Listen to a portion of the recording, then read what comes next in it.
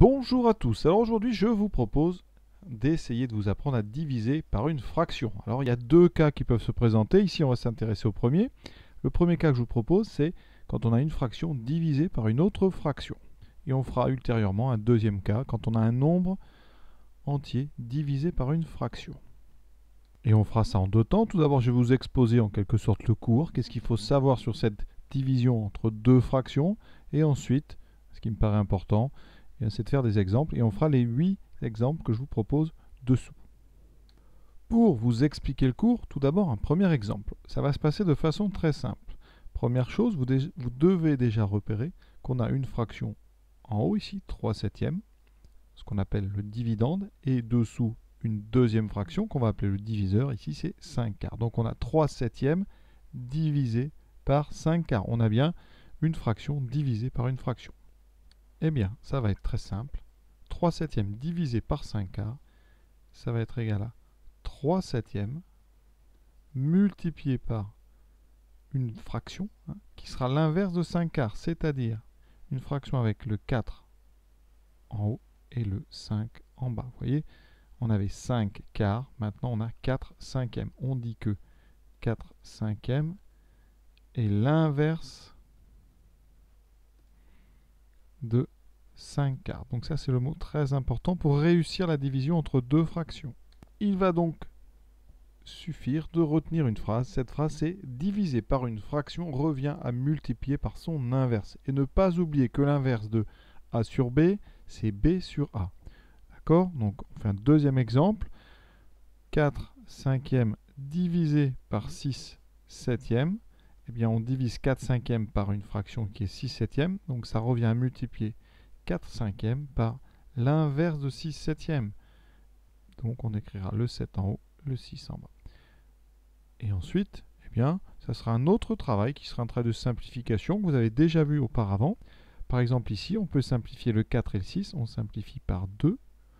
Il va me rester 2 en haut et 3 en bas. Il me restera donc en haut 2 fois 7.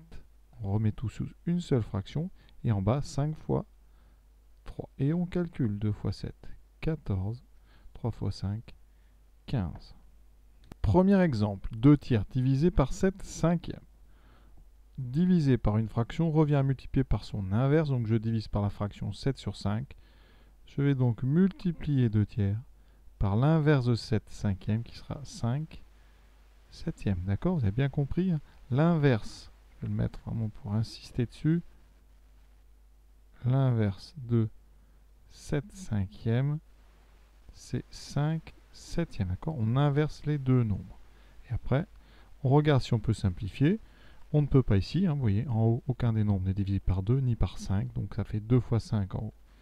10 divisé par 3 fois 7, 21. 12 sur 13 divisé par 6 sur 5. Ici, on a besoin de l'inverse de 6 sur 5 qui sera 5 sur 6. Donc on va multiplier 12 sur 13 par 5 sur 6. On regarde s'il y a des simplifications. Ici, vous voyez, on a 12 et 6. On peut diviser les deux par 6. Donc je divise 12 et 6 par 6. Il va me rester 2 en haut et 1 ici.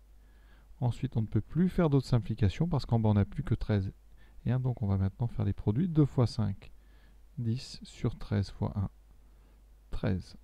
J'espère que vous commencez à bien comprendre. Ici, 9/5 sur 11/13. Donc on a besoin de l'inverse de 11/13 qui sera 13/11. Donc ça nous donnera 9/5. On réécrit la première, multiplié par 13 sur 11. On regarde s'il y a des simplifications. Ici, il n'y en a pas. 9 fois 13, donc 9 fois 10, 90. Et 3 fois 9, 27. Donc 90 et 27. Ça nous donne donc 117. Divisé par 5 fois 11, 55. Je pense que maintenant, vous avez compris. Le reste, c'est de l'application. Il faut s'entraîner un petit peu. Donc on va faire les 8 qu'on avait prévus. Donc ici, on aura 8 divisé par 3, multiplié par l'inverse de 4 sur 27, qui est 27 sur 4. On regarde si on peut simplifier. Effectivement, là, vous avez 8 et 4. On divise par 4, ça donne 2 et 1. Deuxième simplification possible, on a 27 et 3. Donc on va diviser par 3. 27, c'est 3 fois 9. Donc il va me rester 3 en haut. Pardon, il va me rester 9 en haut et 1 en bas. En haut, il me reste donc 2 fois 9. En bas, ouais, il me reste 1 fois 1. Donc ça fait 18 sur 1. Et 18 sur 1, c'est 18. Cinquième entraînement, 6 sur 7 divisé par 11 sur 8. Ici, on a besoin de l'inverse de 11 sur 8 qui est 8 sur 11. Et donc, on aura 6 sur 7 fois 8 sur 11. 6 fois 8. Alors déjà, on regarde. On ne peut pas simplifier. En bas, on a 7 et 11. En haut, on ne peut pas simplifier. Donc 6 fois 8, 48. Il faut bien connaître ces tables. 7 fois 11, 77. Sixième, 3 sur 4 divisé par 9 sur 10. On a besoin de l'inverse de 9 sur 10 qui sera 10 sur 9. Et donc, on réécrit, vraiment j'insiste, la première fraction qui est en haut, fois donc l'inverse de la deuxième. Après, on regarde si on peut simplifier, toujours avant de faire les multiplications. 3 et 9, ça peut se simplifier par 3. Il va me rester 1 et 3. On simplifie ici 10 et 4 par 2. Il va me rester 5 et 2. Et on fait le bilan. En haut, il me reste 1 fois 5. En bas, 2 fois 3.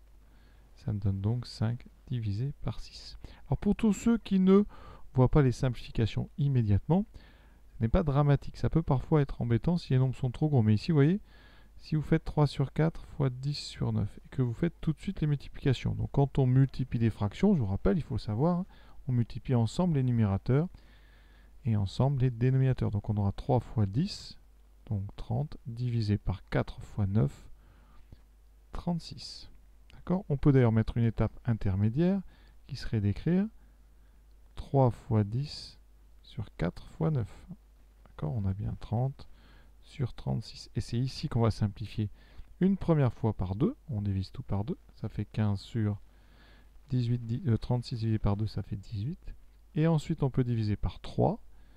En haut et en bas, bien sûr, ça fera 5 sur 6, puisque 3 fois 5, 15, et 3 fois 6, 18. Donc vous voyez qu'on tombe sur le même résultat. Ceux qui font les simplifications tout de suite, eh bien, auront le résultat immédiatement. Ceux qui simplifient un peu après auront peut-être un petit peu plus de travail pour retrouver le résultat, ce qu'on appelle la fraction irréductible. Ici, une fraction qu'on ne peut plus simplifier. Septième exemple, je pense que ça devrait suffire, 9 sur 5 divisé par 4 sur 11. On va avoir donc à faire 9 sur 5 multiplié par l'inverse de 4 sur 11 qui est 11 sur 4. Et après, on arrive sur une autre notion, comme je l'ai dit à l'instant, c'est la multiplication. On regarde si on simplifie. Ici, on ne peut pas. En bas, rien n'est simplifiable avec 9 ni avec 11, donc on fait 9 fois 11. Alors je vais faire l'étape intermédiaire, voilà, sur 5 fois 4. Ça, en général, on ne l'écrit pas, on écrit tout de suite 99 divisé par 20. La dernière pour la route, 12 sur 25 divisé par 15 sur 16. Vous avez bien compris, ça donnera 12 sur 25 fois donc l'inverse de 15 sur 16, qui est donc 16 sur 15. Et après, ici, vous voyez beaucoup de simplifications. Alors, ici, on a 12 et 15. On peut simplifier par 3. 12, c'est 3 fois 4. 15, c'est 3 fois 5. On peut simplifier par 3. Il va me rester 4 ici et 5 ici. Et après, on regarde, est-ce qu'il reste encore des simplifications ? 4, c'est 2 fois 2, donc vous ne pouvez rien simplifier avec 4. 16, c'est que des 2, donc on ne peut rien simplifier.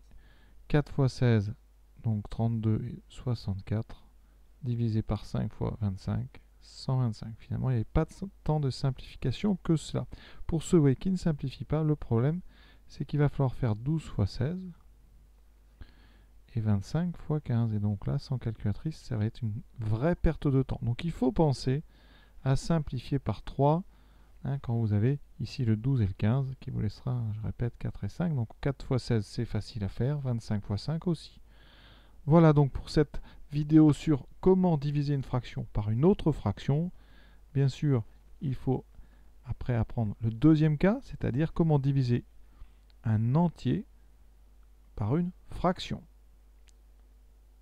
Pour ceux donc qui s'intéressent à ça, à ce sujet, donc voici ce que je vous propose pour le deuxième cas.